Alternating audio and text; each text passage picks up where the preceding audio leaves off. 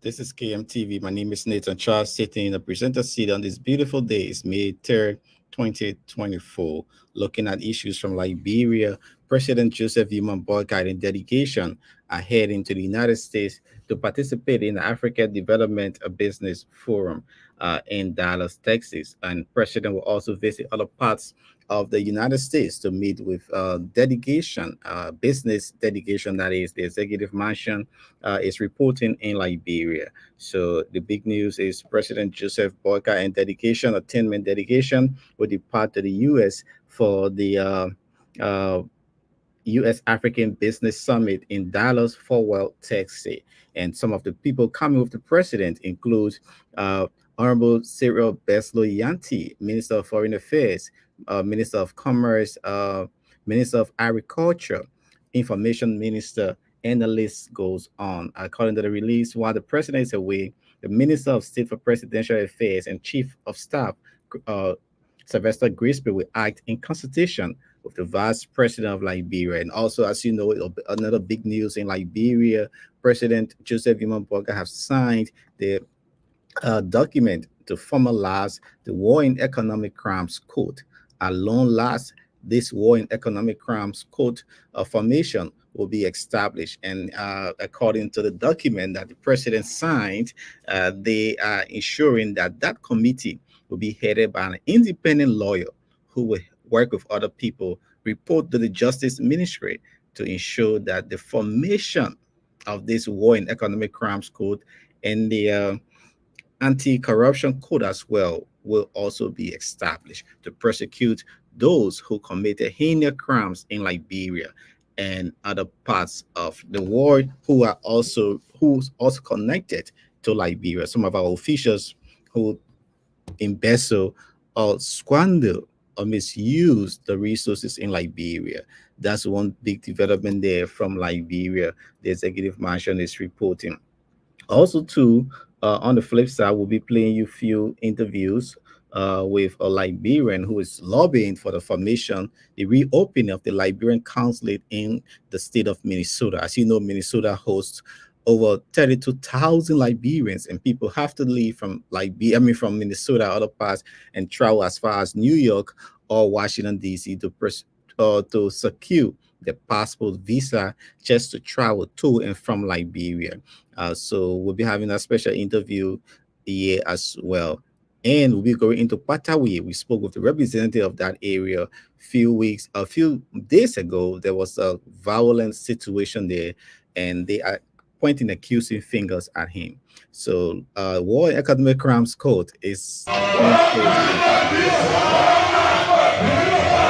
and of course.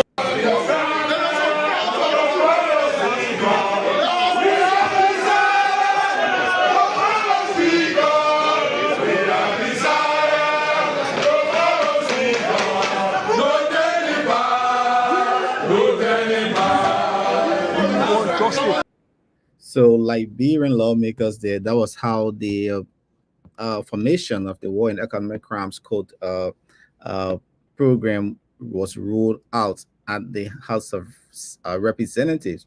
That was later pushed to the House of Senate, concurred by both houses, and sent to President Joseph Boyka. And President Joseph Boyka wasted no time. After this, he affixed his signature to that document, thus giving the formation, the starting of that War and Economic Crimes Code, the Liberian all been yearning for. They want the president to hopefully sign it right away. There was an incident. My fellow Liberians, we assembled here early afternoon for a purpose that is not only noble and humane, but also one that we believe holds far-reaching positive implications for our country and our people. And I have invited all of you here to join me in consummating a process that was set in motion, deliberate actions and steps towards bringing justice and closure to the scars and memories of our tragic and violent misadventure into more than 14 years of senseless civil conflict. Through the several years following the silencing of the guns, we as a people have endured downpours of agony and an avalanche of recriminations and a clown call from all victims or alleged perpetrators. The conviction that brings us here today is that for peace and harmony to have a chance to prevail, justice and healing must perfect the groundwork. The direct representative of the people spoke. That's President Joseph Boca there signing the War and Economic Crimes Code for Liberia, the formation of that for Liberia. Let's bring you this interview with uh, a Liberian who is pushing for the establishment of a consulate in Minnesota to help ease the difficulty. He spoke on the Diaspora Talk with Amin and Cyrus Mangu previously. Our guest. He's George Morba Sabi. He's CEO All Star Medical Group LLC here in Brooklyn Center, Chairman and CEO of Global Investments International. He's the one fronting for the return of the Liberian embassy here in the Liberian consulate here in Brooklyn Park, Minnesota, and he's joined us this afternoon to talk about that process and many more. Mr. Sabi, welcome to KMTV and the Diaspora Talk. It's the first time in our studio. Yes, thank you very much for And having me. we're happy to have you. Thank you. How is it like? I love it. I mean, you guys know what you're doing. Sometimes you sit in the back, you don't know the detail of these. I really appreciate your work. I'm just amazed to see all the things that have to be put in to make this work. And I tell you, it's good to pull you away from everything on this Monday afternoon. You're a very busy man, and we say thanks for accepting to come on and talk about this. It's a huge one indeed. Liberians before this year suffered this major decision by our government to take away what was a relief for this region, and now people are caught up between going to either DC, New York to make sure they have renewal of passports, or like I said earlier, or getting visa to Liberia, and now you've decided to take on this initiative. Firstly, before we go to that, tell us about a little about yourself. Sure. So my name is George Mulba Sigby. I been in the city since 1992, quite a while. I hailed from Liberia right before the war, and I got to stay here in Minnesota because of the war, and I made it my home. And now I have a family. I've been married now for 30 years. This year will be, I think, 31. If I'm not making a mistake, my wife will have something to tell me about that. If I bring but it's been a long time, and we have 3 beautiful kids, and I love to do this and run a business, like you said, and I love to help my people. That's my lifelong goal, to be able to help give back to the community that I came from. And what businesses are you into it for the sake of the public? Sure. So I do, one of the common businesses here in America as a whole, especially in our Minnesota here, is a healthcare business. More so when the Liberians came here as a result of the war, they got into healthcare to be able to work fast and earn money to help their people back home. And so I saw the need to establish a business called, it's actually a business that is termed as supplementary staffing agency. So we get people, credential them, and send them out to different institutions such as nursing homes, group homes, hospitals, clinics, assisted living, and then they go and supplement the staffing there. When they call on us to help them, when they are short of staff, they'll call us. And we've been very successful at that. It's my 3rd year. We have over 200 on our roster doing that, and very, very good business. And my 2nd business I just launched this year is an investment business for the purpose of going back home and doing some major investments in back home in Liberia, and we're just embarking on that, and we're very glad, and it's taken off very well. All right, investment and supplementary staffing, and I think you thanks for your service to helping people get into the job market. Now, with all of these, it seems you're a busy man, and with all of these, you've decided to lead the process in fronting for the return of the Liberian consulate to Minnesota. What prompted you to get into that? Well, like I said to you, Sarah, right? It says, it's all because of community service. I may also want to tell you that I have been pioneer in bringing about 30 immigrants into the country from Liberia and about 12 from Zimbabwe. Why Zimbabwe? My wife is from Zimbabwe, so Okay. so I have that connection. So I've always tried to help make somebody's life better, and so being a CEO of these businesses, I can create time to also put into the consulate to make sure that the community is served, to get what they need, and also realize that these jobs, especially the consulate job, is not done by one person. It's a team of people I'm going to put together to make sure this is done. So it's a teamwork, and I'm pretty sure that we can get it done.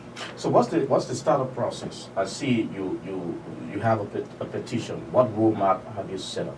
Yeah, the roadmap is we've got people in the new government that also are aware of the need, and we also just want to make sure that our community is aware that we're trying to bring this back, and we'll get their blessing, we'll get their take on it. So we're getting some signatures to make sure that they're okay with it. And I can tell you, nobody in their right mind, and I know everybody's in their right mind, but everybody is just okay with us bringing this embassy back because it has helped a lot in the community, get people quickly back to Liberia and back to get back to their jobs and get the visas and the passport renewed.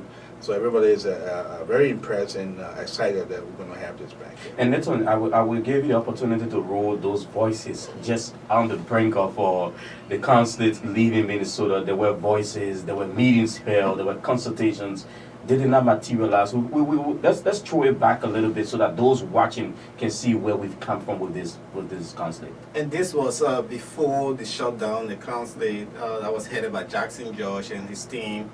And Liberians gathered at the Organization of Liberians in Minnesota OLM office. They were angry with the George Weah leadership. But now, let's listen to what they said. Few of the Liberians who spoke at that event. This is an old recording, but we kept it in archive for people to know the importance of that. And before I say that, I can attest to that I spent $1,000+ to travel to New York to get my Liberian passport because it was expired. So I'm a victim, and I don't want that. Right in Minnesota, I saw people joyously going there. A couple of my friends, few during the inauguration of Joseph Boakai, they were referring to me. Well, listening with people in Liberia just to get them visa. $125, $150, you gotta send people cool water. Some people spend up to $175 for visa on arrival. That is so astronomical. With everybody tip now. Yeah, not even like going to government cover, but it may on grind, you gotta tip me and stuff like that. So that will also cut for people who know us, who are influential, couple of people. That will ease the burden. Let's play you a few clips, starting with some Liberians here. Good evening, everybody. My name is Flo Guanu. I'm also an attorney, and I see how kind of hostile is getting in this room. So I can imagine how it could potentially be tomorrow. So I'm just advising, from a legal perspective, because some people may be ready to just protest tomorrow, but amongst people who go to peacefully protest, there are always agitators, right? Because I've been hearing words like the radical pastor over there and the uprising and things like that. So I just want to advise OLM, it could be seen that you may be promoting violence. Should it ever become violent, right? Should the police be called and people are arguing over the taking of the machines, because you don't know what your neighbor next to you may be planning to do. You may just be there to protest with your words, but somebody may be there to protest with their fists. So you just want to make a disclaimer of that, so you just be traceable. Amen. straight off the bat, okay? There is nothing in this process that is broken.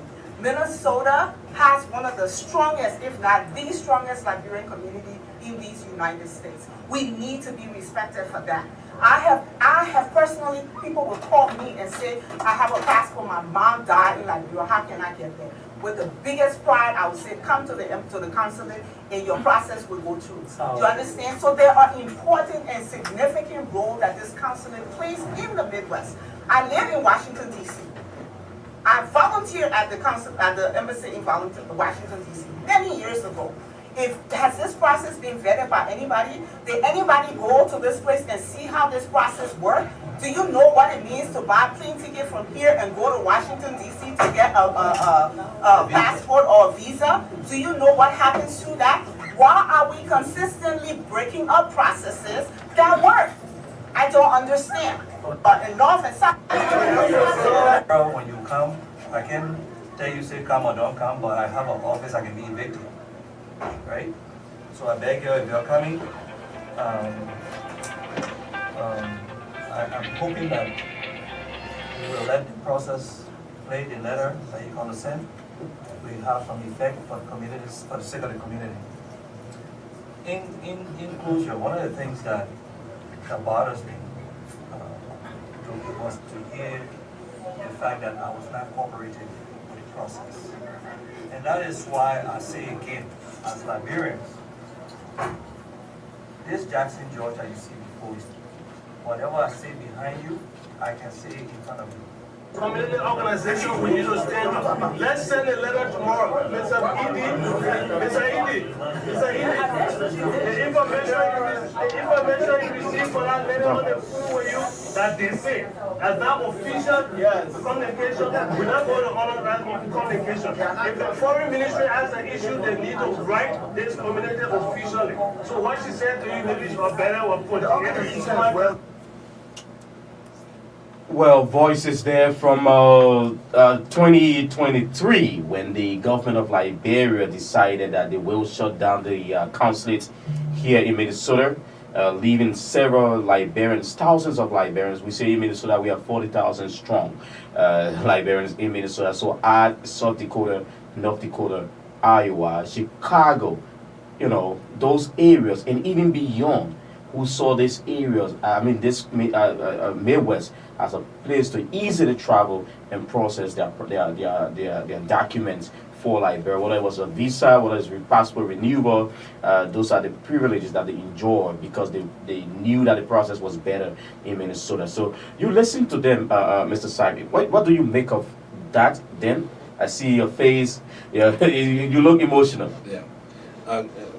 Rightly said. By the way, just a quick, it's Mr. Sigby. Sigby. Yes, got it. So, yeah, there you have it. I mean, this thing, and I can tell you, from a religious background, my pastor, who is a Caucasian, he went through me. I showed him where to go and get his document to go to Liberia to do some Christian work. So even not just the Liberians in the Midwest here, but other people, Caucasian, that they had it very easy, very doable to go and get their documents very at ease to be able to travel to Liberia. And as you know, traveling to Liberia, even by Liberians and Caucasian, any time to go to Liberia, they're leaving about $1,000 or $2,000 there to circulate in the economy. So these are all a good thing for us to really look out for as we bring this embassy back. It's a no-brainer for anybody that will see this, and everybody is very happy that we are even embarking on this project. And I thank you, KMTV, for agreeing to do the show with me. Now, dread us through the process you intend to carry out. We see, petitions out there. We already see signatures you're generating already through this medium. I mean, there's a way that a lot of people will get to know, what's happening. But dread us through if you are. You are willing to. What steps are you taking now? Petition. You're doing public city sensitizing the community. When you should have collected the signatures, what are you going to be doing? Thank you for asking. So basically, the signatures are just to tell the Liberian government that our people are serious. The one day is bad. All right, we send it back there to see it, and then of course the foreign ministry, through the leading of the president and their cabinets, those who are involved in this process will then make the selection and make the appointment. Um, First, the consideration. Yeah, first a consideration, and it really doesn't mean that I'm not counselor yet. My name is in the hat. They may have other names I'm not aware of, but I'm just telling my people. And mind you, also these kind of jobs go with who have you been in the community, your character, what have you done, per se. Not so much of just the little thing, not so much the big things. For instance, I've made a lot of Liberian lives easy by giving them job, good livable wage through my business, and they can attest to that. So, and also just going back a little bit, during my earlier years, I actually attempted to send 2 ambulances to Liberia through a non-profit organization I held, but because of some political issues, those ambulances ended up in Ghana, and I can prove to you that. So I was trying to help my country in that way. So I've always tried to help and give back to my community, and this is exactly my goal of trying to head this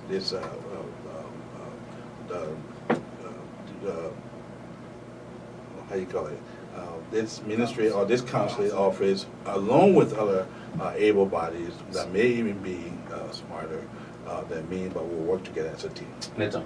So, let us know your own engagement with different county chapters, with the organizations, different Liberian organizations. What's your own involvement with them? Right. Are you involved with these groups? Right. I will be very honest. I'm a member of the Bon Quatika Association. Bon County that's my original county where I come from. So I'm a part of that. I'm a member of that. I've attended meetings and know the leadership. I'm a part of the OLM, which is an organization of Liberians in Minnesota. And so I'm engaged, not at the level of too much noise, but just a supporting member. I've been part of this. Are you in the Liberian community? Do you know your Liberian people? Are you attending social Are you gatherings? connected? Yeah, fully connected. Yeah, like that. Yeah. Are you not a stranger? Yeah, no, not a stranger. George Sigby is very known. I show up at funerals, weddings, churches. In fact, good you asked that. I actually started a musical group in the city. It's on YouTube. It's called, the group was called Total Praise Twin Cities. And we got a little bit of music there that you can listen to. I was the founder and leader of that group, Liberian. And we had other members from other countries, but predominantly Liberians. It's called Total Praise Twin Cities. We did a CD, we hosted concerts, and so for that I can say very connected to the community on all levels, Christian level, business, friendships, and the like. So if we have to actually, I know Nathan brought in the community's connection, and what's your own connection with the former consulate, that was here before, Mr. Jackson George, who's very popular, his team. Have you liaised with them? Are you working with them? Or you just doing this on your own, making sure you're happy? Right now, on the way to contact, I've called Mr. Jackson George to have a sit-down talk with him to just see where he started, where he's ended, and whether there's a way to collaborate and some of his team members to work together. So I'm right now in the process of that. I have not had that meeting with him, but should be willing to collaborate with that team that did this great work before, and then all of a sudden it got shut. So I am willing to work with them as much as possible, as much as they are willing to work with me to make this happen. So what grew your interest? Why are you interested in this? Yeah. Well, again, going back to I'm a community guy. I'm so not much of a political to the hardcore. But I'm a community. I want the community to function, to get the resources it need. So when I saw that this is just going too long, nobody's stepping out, and the new government, I subscribe to the platform of the new government. I decided to say, well, maybe I can serve as part of the person to bring this embassy back, to serve the people of the Midwest, and then we'll be able to gain the resources of the success of this back home and here in Brooklyn, Park Brooklyn Center. This is a job for somebody who is very much influential within the community and out of the community. Tell me your connection. Influence. I leave the influence part to the community and those that know me.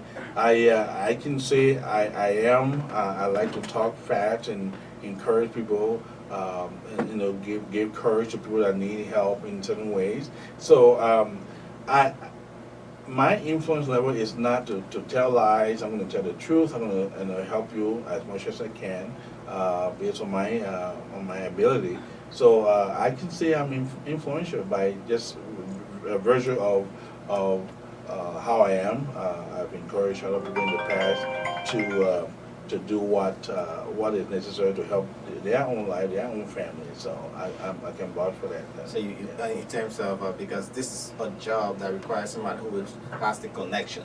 Are you well connected? I am well connected Internationally. And not to cut you off with your question there, but I'm also my innate ability. I'm able to connect. I'll tell you a quick story. I'll be quick. When I went to Liberia for the inauguration, I managed to sit by a guy who happened to be ambassador at large from Spain. How did I get to know that? I communicated with him. I asked him for his card, initiated all of that, and I knew that he was ambassador at large from Spain. So I'm very well able to connect very well, and I'm very interested in connecting as fast as I can. All right, Mr. George Sebi here with us this afternoon on the Diaspora Talk, making sure he can bring us what he's talking about for Liberia, the issue of the Liberian consulate coming back to Minnesota. One key thing is making sure that the message is out there and resonating with people. Apart from, I know this is a startup, what are you doing as it relates to outreach and making sure that everyone out there gets to hear and know what you're doing? Well, I'm just doing one right now. KMTV Live. It's been very gracious to have me to start the process. Facebook Live, Facebook word of mouth, churches, the mosque, just the friends to friends, word of mouth. Like I said, will be huge. I'm willing. I have contacted the OLM leadership. I've contacted some of the county leadership, the Oakland County organization. What are they saying? They are all very encouraging words. They want it. And they coming forward just saying some encouraging words. Most of them are coming forth. Some have questions. What happened to the last team? And this is where I'm going to meet with the last team, George, and his team to see if there's any way we can collaborate. What happened? If it's in it. You also have to remember that the new government can do anything they want to do in good faith. So they can change, some of the appointed position as they wish. Yeah. All right, we will take a very quick break here and come back. Just before we wrap it up with you, let's take this break. What is it that we, the Liberian people, want? The Liberian communities in the diaspora are not left out. That's why Diaspora Talk is back on your screens on KMTV. Invite about is not policing. It's social, political, economic, and other issues affecting Liberia and the diaspora Liberian community. I did not expect to even make it to Hollywood. Joan Cyrus McGee and Nicholas Charles every Monday, Wednesday, and Friday, 12 p.m. Central Standard Time, live on KMTV Facebook and YouTube. I want to be arrested in the midst of my people. As they discuss the issues, blending the voices from Liberia and the diaspora Liberian communities. The Liberian Business Association in the diaspora should be used as a vehicle for economic development in Liberia because no country can develop without a diaspora in Liberia. For sponsorship, call cell numbers 612-806-5896, 816-433-3979, or better still, email us at usakmtv@gmail.com. Diaspora Talk. That is how. And I tell you, welcome back right here to the Diaspora Talk. We'll be wrapping up very shortly with Mrs. George Sebi, who's pushing for the return of the Liberian consulate into Minnesota. Mr. Sebi, as we wrap it up, like you put it, there's a lot to do with reaching out to the community, the churches, the mosques, social groups, and all of that. What would you expect from your people? I just expect cooperation, support, some suggestions to be, to come back to us so that we can work with it.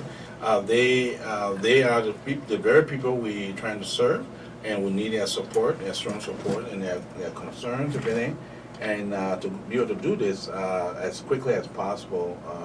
And this is on the heart and minds of the new government, and so I like our people to quickly come on board to support by signature, by calling in, by whatever way they can do, maybe by even contacting KMTV if they have any question to reach out to me.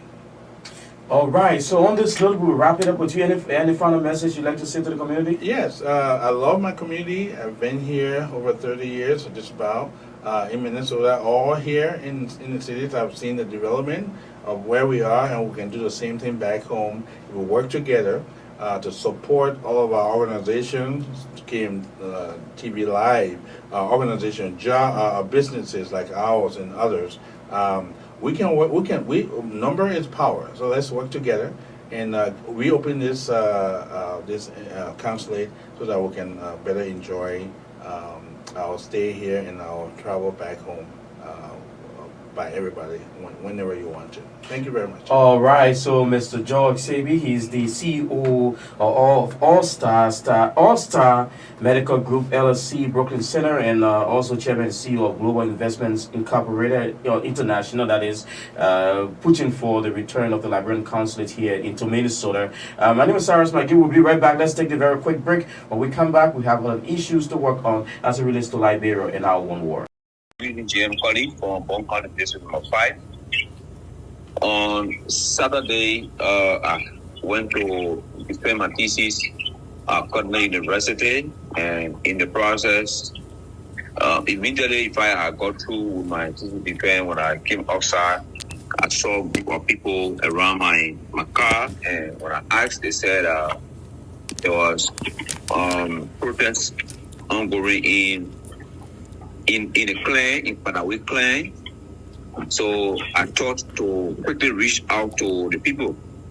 When I got there, I met the deputy police commander for Bon County, and I also met the PSU commander for Bon County, Mr. Jackson. We all worked together. We reached to the waterfall, but before then, we saw that there were staring roadblock on the road, logs. The guy cut the logs and put it on the road. When I asked them, they said they had accounts, and those accounts need to be addressed either by government or Josephine herself. I said, okay, let's reach to the point. Let me see what is unfolding. So who is Josephine? Okay, so she's the proprietor of the Padawi waterfall. They call it the Jack Enterprise. Okay.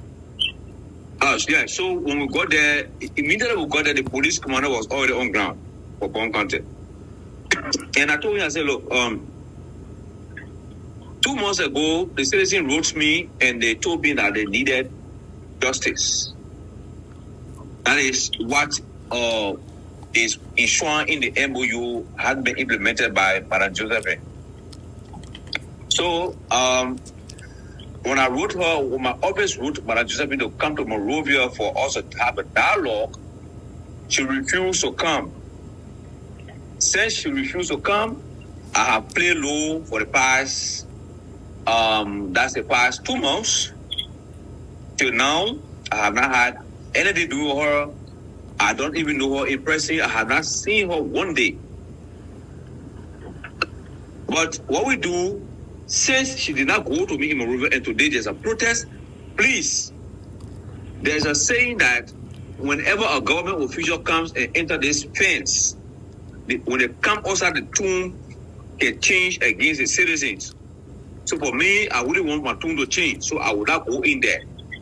They go there, I instructed the police commander, the chief, or William B.S. Colley, and now the paramount chief of the district.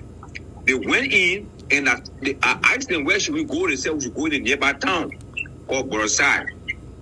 When we got to Borosai, the police commander came back and he said that the lady said she was not coming. She's not coming, for all of her friends. I said no problem. Commander, what can we do? The commander said the director of police, Republic of Liberia, Gregory Kumo, have instructed him that we take the law out of the role. That is, I should talk with the people to take the law out of the role. And after we are taking the law out, he will make sure to take the woman to escort her from the Padawi clan or the waterfall straight to Banga, so that she will be there until Monday or Tuesday. Then government will come and probe into the issue to know what is wrong. And everybody, all the citizens joyfully agreed to that. When they agreed, we went, I instructed them, and they believed in me. Of course, they took up the law. We got to the last point out of 7, it took us 6. When we got to the last point, while they were trying to take out the remaining law, the police commander came again. And he said he was going for her finally. When he reached on ground, when the place of call that the director of police had told him that the woman shouldn't pass, but she shouldn't go anywhere. She must stay there until otherwise order. And of course, immediately that happens, I had to leave.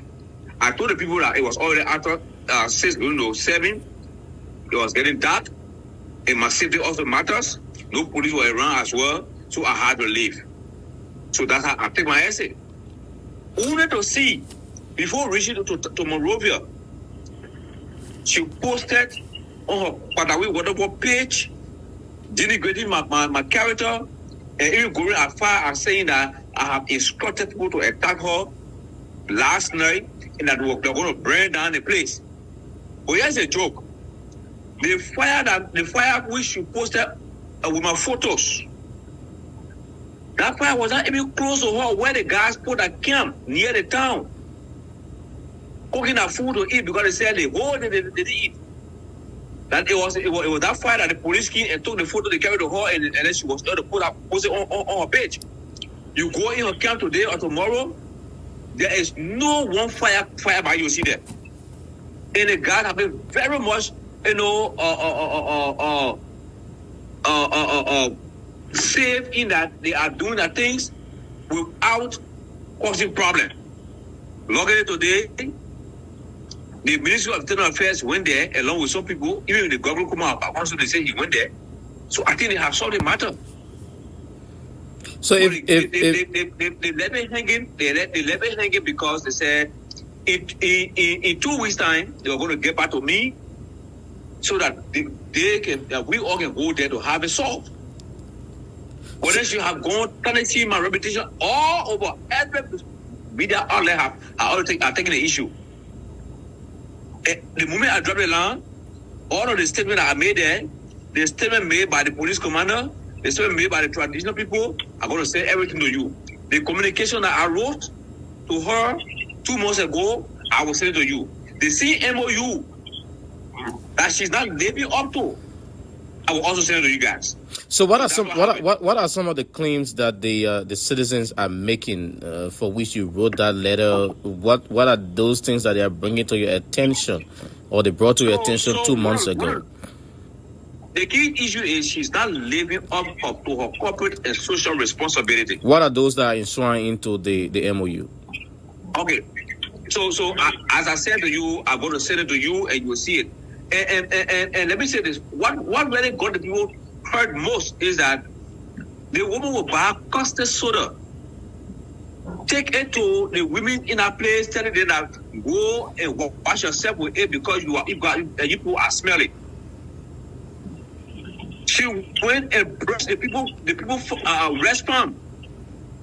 She brushed the farm that the farm falls under her perimeter.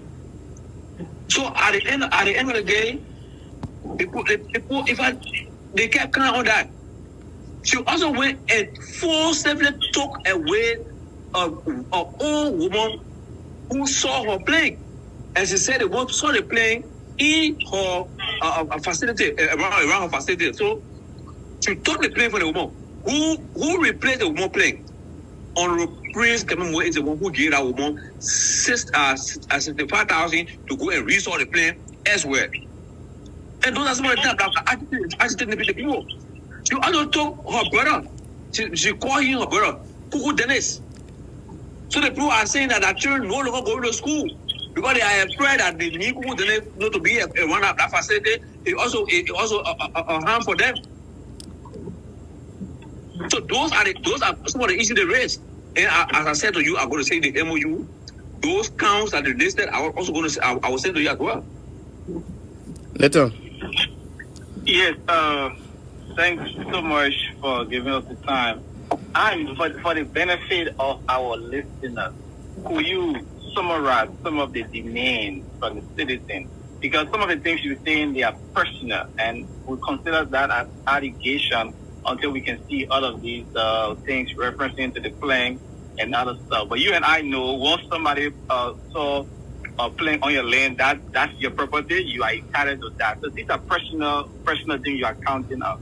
Can you summarize some of the major things, like the corporate social development that people are demanding? Schools, roads, hospitals, welfare, employment, what are they? So in the MOU, she could have they pay some percentage to the citizens of Padawi clan on a annual basis. She have failed to live up to that. According to the MOU, she could have built a clinic for the people. She been there 3 years. There is nothing she have ever done. There's no clinic. She had not even break ground for clinic. School for the kids in our area. She had not done one. Not a single one she had done. So there are a lot of things, as I said, that is within the MOU that we once we get there, of course, we'll be highlighting if people had to listen access to. Like for example, say that for the purpose of transparency and accountability, all the signatures to the Padawi waterfall joint have affixed that signature before any moment in withdrawal from said account. Okay, that's what also protecting her. The completion of the full operational period of 10 years, setting as stipulated in the MOU above, and that's also protecting her. So as I said, the MOU is on the phone. It is the same phone that we are also communicating on. So I can't just go through all. But when we get on we'll have a discussion tomorrow. Of course, I'm going to highlight whatever you got need. So your comment is that you are only in the interest of your people, your resident, and not in the interest of this investor. What's going on? So the issue here is if the investor is working closely with the people to meet their demands, I'm not sure there will be a problem. As I said to you, I have not even gone to waterfall. For the past 10 years, I have not gone there. From the day she took over, I don't know her. I have not seen her in person. So it means that if she have been living up to her corporate responsibility without these problems coming, of course, I had nothing to do with her. But once the citizen cries, of course, we need to come up. Yeah, but And listen to the crowd. oversight. Today, those who went there for the internal affairs, they boldly told her that she had not been living up to her corporate responsibility. But oversight, and she was in the wrong. Oversight is one of your functions, Honorable. And since taking over, I know you probably, I don't know if you were just recently elected.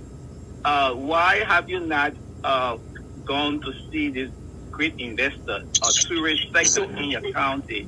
And secondly, why did you boycott the meeting with the internal affairs when they went there today? Okay, so your two concerns. Okay, the first one is why I have not gone to check. Okay, that's a facility. I can't just wake up to say I'm going there. That's the reason why I wrote for a comprehensive communication that she must come for us to have a discussion, and she refused. I said that. Secondly, after I went there yesterday to form a dialogue, she refused to also come outside. So I left the place and I came to town. So Honorable, So it's not a boycott, the meeting scheduled by the internal affairs. No, in fact, that was an impromptu meeting. The superintendent of Bon County called me this morning, or also called me this morning. They said we should go there on Wednesday. So I told them no problem. So Honorable,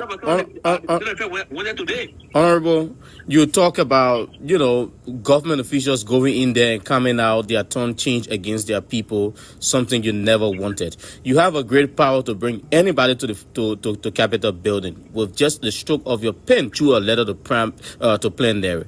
Don't you think that would have been the best option to write plenary to say, I've invited this person, my people have these concerns, instead of, issuing direct order to the police commander? Like we watched in a video posted by Front Page Africa, where the police commander were quoting you as giving direct order to move in there on her. Don't you think that was something that would have caused a stir, especially that place? Especially Patawi is a place where people go on a weekend or daily. Guests go there, to have their family time, their events. And don't you think that will cause a stir? I really want you to go back to the police commander statement and read and listen to here again. The police commander is quoting me by saying that we had to take the order of the lawmaker that open the road and the woman leaves to go to Monroe to Banga. We put security to the place until everything is being discussed and finalized before they can open the place. That's what he said. He said that, and I also had the video. Don't you think your presence would have stirred up instead of sitting on Capitol Hill, writing plenary through the speaker and having this investor come before you? That's why you have the power. Don't you think that was a big step on your part? Well, the first thing is, I just told you that I wrote her to come for a meeting, for us to dialogue before even reaching plenary. That's what any responsible lawmaker would do, to find an amicable solution first before reaching out. That she refused, I gave her a chance. And because I gave her a chance, of course, that's how things went away. But if she has come to me when I wrote her, of course, I'm not sure this is going to happen. Have you spoken to the police director since then? Come again? Have you spoken to Colonel Gregory Coleman since then in relations to this issue? No, I have not spoken with him because he was communicating through the county commander yesterday, so I have not spoken with him. So don't you think that was the wrong thing? Since you are representative, the direct representative of the people, you could take the phone and call the police director. This is going on instead of going through the police commander is already represented. The police commander for Bon County is represented through Gregory Coleman. You sound very disappointed and frustrated over the action by Josephine. What's the way forward in your own? So the way forward is what the Ministry of Internal Affairs just told me today. Wednesday, we will go there, talk to the people, keep kind until we go through the MOU line by line, see what she has not done, and see what she has done. Of course, they will find a way forward. And if she owes the people, of course, she has to pay that. And if there's any other problem for which, any other reason for which the people are feel agitated and side to protest, of course, they will say they also have it discussed and find amicable solution to that. That's the way forward. Okay, so you've been representative for how long now, Honorable Sari? So I'm going just 4 months. So you didn't even campaign in that era? No. And the people were 1 minute vote at me. Who 1 minute vote at me, but I will claim. So you didn't campaign in that era? That's my question. You gotta know, as a candidate in that district, a major, especially the touristic attraction of your county now, the face of Bon County is Patawi until we can discover another place. I think that's somewhere every candidate will want to go and rally the support of the people. I campaign in Patawi clan, but as I said to you, I have never gone into that to the fore. Over 10 years, I have not gone there. Okay. Over 10 years. Yeah. So what can you see have been some of the achievements since taking over 4 months from your predecessors? And what are some of the major issues for your people? So for my achievement, immediately we won the election. The first thing we did was that we bought 10 motorbikes for those motorcyclists that were with us in the trenches, using our own bike. Right after that, we were able to give them at least each of them bikes. So we bought 10 bikes. Yesterday, I just bought another bike again and gave to one of them. During the period of the campaign, we promised the women that we were going to give them loan. Just 2 Saturdays ago, we gave them $5 million as initial start to the loan, so that they can be able to use that to have to do their businesses.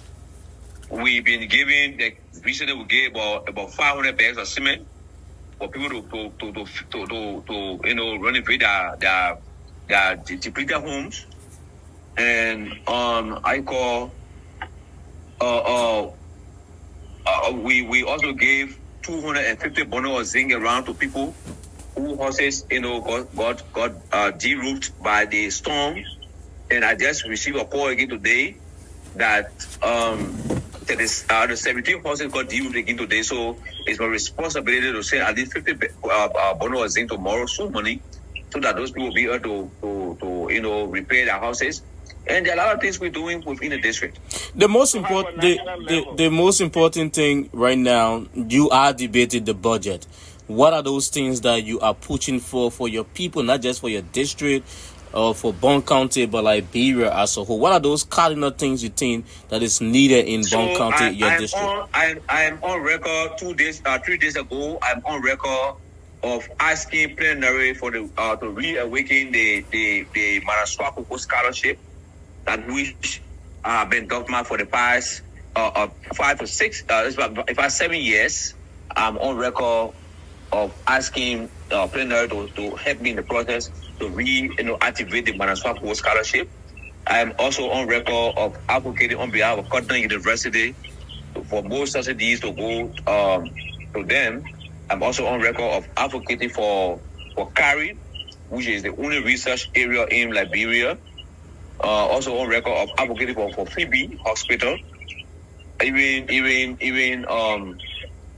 I'm also on record of advocating that more development, like town hall, because if you go to some of the towns and villages, what I tell you is that we want town hall, we want school, and I'm one person who is building 3 schools on my own, building 36 town hall, I'm building 58 latrine. I completed the installation of 16 hand pumps, and yes, there are a lot more that we're doing. what is the source of this money? Is that personal money, loan from So I've been working before becoming a lawmaker. So where I was working at government is loan. I'm not sure I would just spend my money being my better, but rather for citizens to benefit it. Have you declared your assets? Well, the process is ongoing, and very soon the librarian will know that indeed like Eugene Cody has declared his assets very soon. Why are you so passionate to improve the life of the people? It's all because I come from the slum. I was 18 years old when I started school in K2. I one person who spoke. Oh yes, sure. It's very serious. 18 years I started in K2, and today, if I can see myself at this level, at the age 45, it means that anyone can be like me. So I thought to give back to my people whatever, even the 60 to 70% of whatever I earn for wherever I work. So at the end of the day, they will say yes, of course, we give our vote, and our vote did not go in vain. What is your own relationship with the county caucus? So yes, again, I'm on record of recent with Front Page Africa when we spoke about the county issue.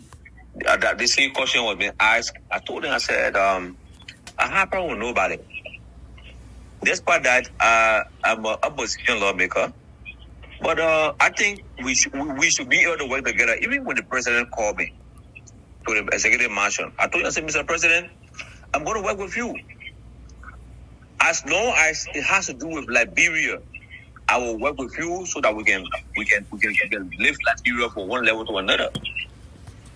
But you go by my policy, and I go by your policy. If my policy was one, I will always wear my red beret when I enter Parliament.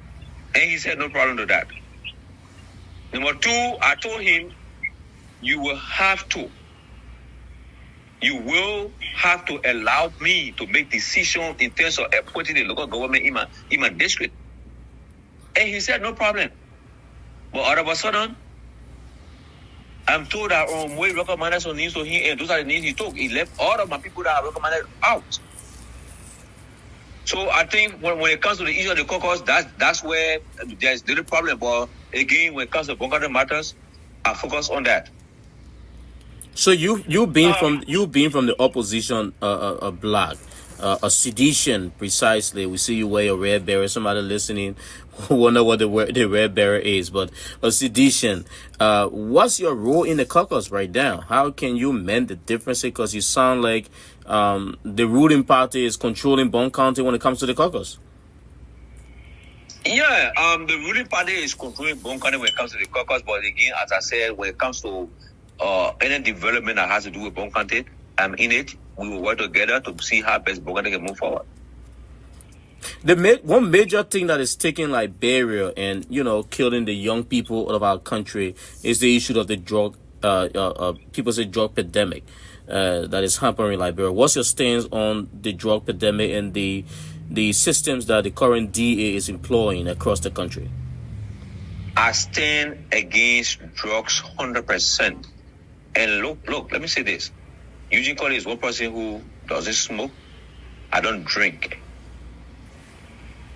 So, even one of my sons got affected by drugs.